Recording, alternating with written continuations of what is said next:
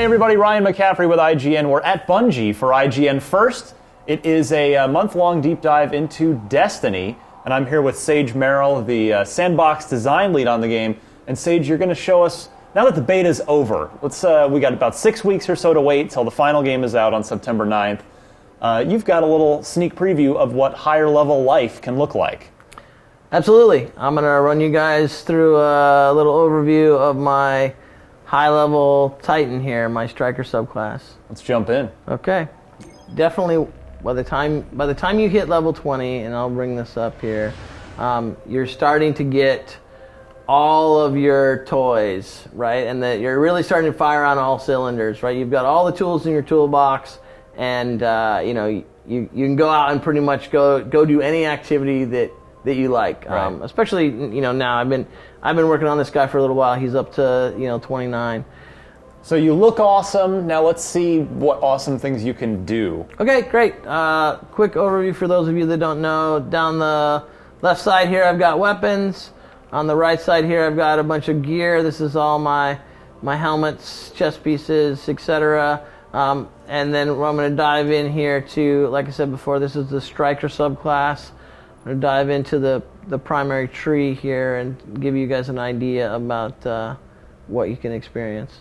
So we've got our grenades on the left, and you were telling me earlier, it basically the progression is mostly upper left to lower right corner. So that's where we're sort of trending towards as the game goes on. Correct, roughly that, and then you've got columns. So you've got grenades here. You've got movement modes with options. These little arrows indicate that these are primary abilities that you won't lose, and then below those are upgrades.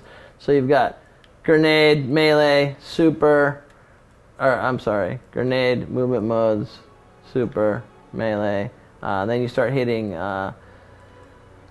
possible options to change your stats, as you see, and then you go to a column of passives, more stat options, and then your second column of passives. And then, by the time you can unlock all of these, you are nearing the end of the primary campaign, and then you're, like we said, we're really starting to fire on all cylinders. So you can make adjustments depending on what you're going to go do. So, and what are a couple of your favorites here? Obviously, you've got a few of these particularly selected for your Arc Titan. What are some of your preferences? Sure. So I've been playing PvE recently with this guy, so that means I'm running this first grenade, which is blind because it's very effective against the AI, or shutting down the AI for a short period of time. I was saying earlier, I love shoulder charge. We'll be showing that in a minute out in the world. So I can't really get enough of shoulder charge. And then right now I'm running Shockwave. Normally I would be running Death from Above. But I'm getting that from this exotic helmet over here.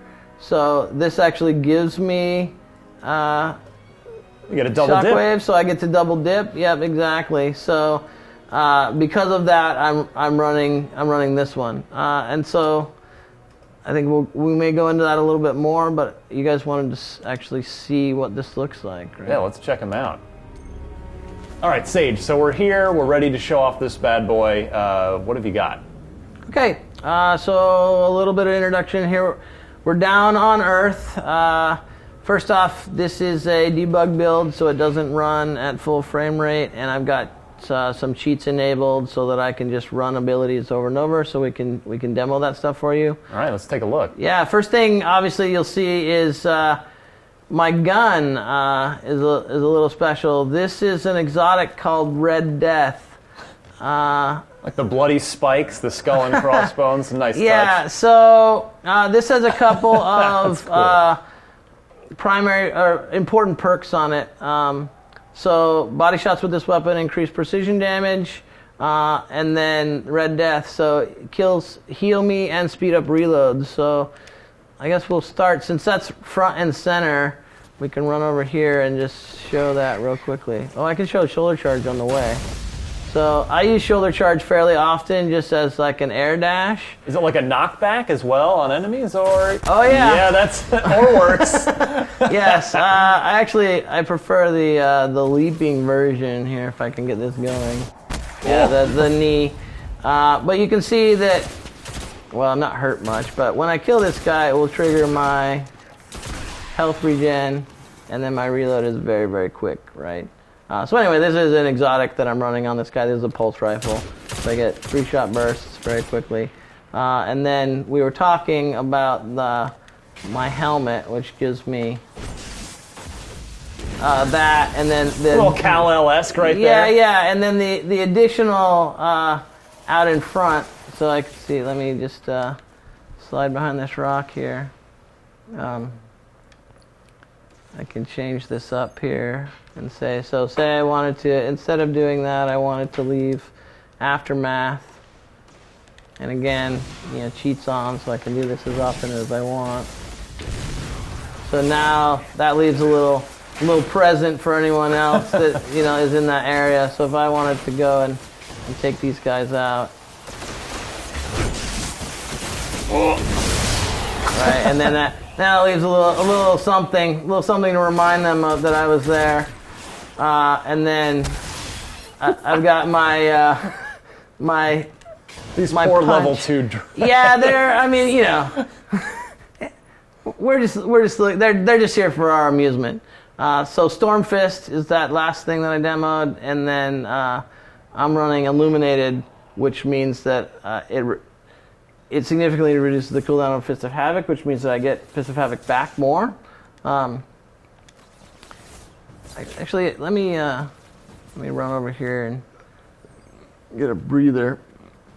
So globally, what I'm doing with this guy is I am looking to stack Intellect and Strength. Strength increases the time that my melee comes back, and I get these effects from my armor. I'm looking to stack Intellect and Strength, and the reason that I'm doing that is so that if I stack Strength, that means I get my melee more often, which means I get to punch guys, which means I get to delete them more often with electricity, right? But simultaneously, every time I hit them, I'm charging my super more, so then I get to use my amazing, deliver the shock from far, far away. So this is basically an evolution of Bungie's famous 30 seconds of fun loop. You want to keep that going as much as you can. Absolutely, right. And we want to, I mentioned earlier, like that sort of combat jazz or combat improvisation of like running through my various different cooldowns, trying to figure out like what is the order in which I am going to stack things and deliver them, to my opponents. So with this guy, I will typically try to start with this as an introduction, right? Maybe I'll, do that and then possibly finish off. Oh, this is real overkill for these shanks. Yeah. And yeah, a little bit faster than 30 seconds because they're only level 2. But well, that is a taste of high-level action that you have waiting for you when Destiny releases later this year. Sage, thanks very much. And for more on all things Destiny, you're already in the right place here at IGN.